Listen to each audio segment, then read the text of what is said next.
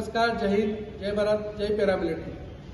आज रोज संतरामपुर तालुकानी मीटिंगનું આયોજન કર્યું હતું, જેમાં સંતરામપુર તાલુકાની સમિતિની નિયુક્ત કરવામાં આવ્યા, જેમાં સંતરામપુરના પાર્થિંગભાઈ તાલુકા પ્રમુખ તરીકે નિયુક્ત કરવામાં આવ્યા અને સીતાબેન મહિલા પ્રમુખ તરીકે, અને બાકીની એમની બોડી જે કહેવાય એ બનાવવા મુખ્ય ઉદ્દેશ કે આજે પેરામિલિટરી જે ગુજરાતનું સંગઠન છે તાલુકા લેવલે મિટિંગનું આયોજન કરી રહ્યા છે। સંગઠનને વધુ મજબૂત બનાવવા માટે દરેક તાલુકા એક સમિતિનું નિર્માણ કરી રહ્યા છે।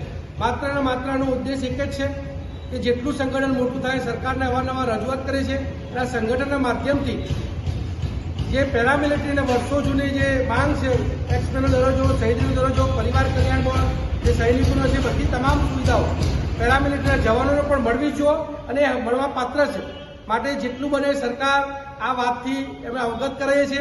સરકારના અગેન્સ્ટમાં અમારું કોઈ એવી કાર્યવાહી નથી, કોઈ કાર્યશૈલી નથી, પરંતુ જ્યાં સુધી આ પેરામિલિટરીના જવાનો જે દેશ માટે પોતાનું સર્વોચ્ચ યોગદાન આપતા હોય છે, બલિદાન આપતા હોય છે, ચાહે સરહદની સુરક્ષા હોય, આંતરિક સુરક્ષા હોય, મંત્રી સુરક્ષા હોય, કોઈ પ્રાકૃતિક આફત હોય, તમામ જગ્યાએ BSF, CRPF, CISF, SSB, ITB, Assam rifle એ ક્યાંય પણ આર્મીથી ક્યાંય પણ એમની ઓછી ડ્યુટી નથી, પરંતુ ઘણી બધી જગ્યાએ ખૂબ જ હાર્ડ ડ્યુટી છે, સખ્ત ડ્યુટી છે, છતાં પણ આ જવાનોના તમામ હકોથી વંચિત રાખવામાં આવે છે।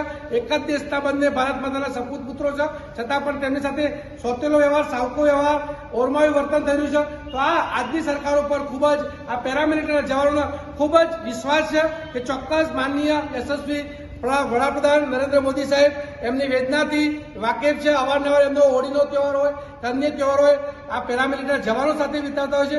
એટલે સરકારને અમે ખાલી અવગત કરે છે કે જેમ બને એમ આ જે પરિવાર જે છે, દેશ માટે જે સૌથી આજના ટાઈમમાં ઈમાનદાર કહેવાય છે જવાનો છે, એમની સાથે જે ભેદભાવની નીતિ છે એ તાત્કાલિક દૂર થાય, એના માટે જ અવારનવાર ગુજરાતના દરેક ખૂણે પેરામિલિટરી સંઘર્ષ કરી રહ્યું છે અને સરકારને વિનંતી છે કે આ સંઘર્ષનો જલ્દીથી જલ્દી અંત લાવો। જય હિન્દ, જય ભારત, પેરામિલિટરી की पेरामिलिटरी की, भारत माता की, भारत माता की।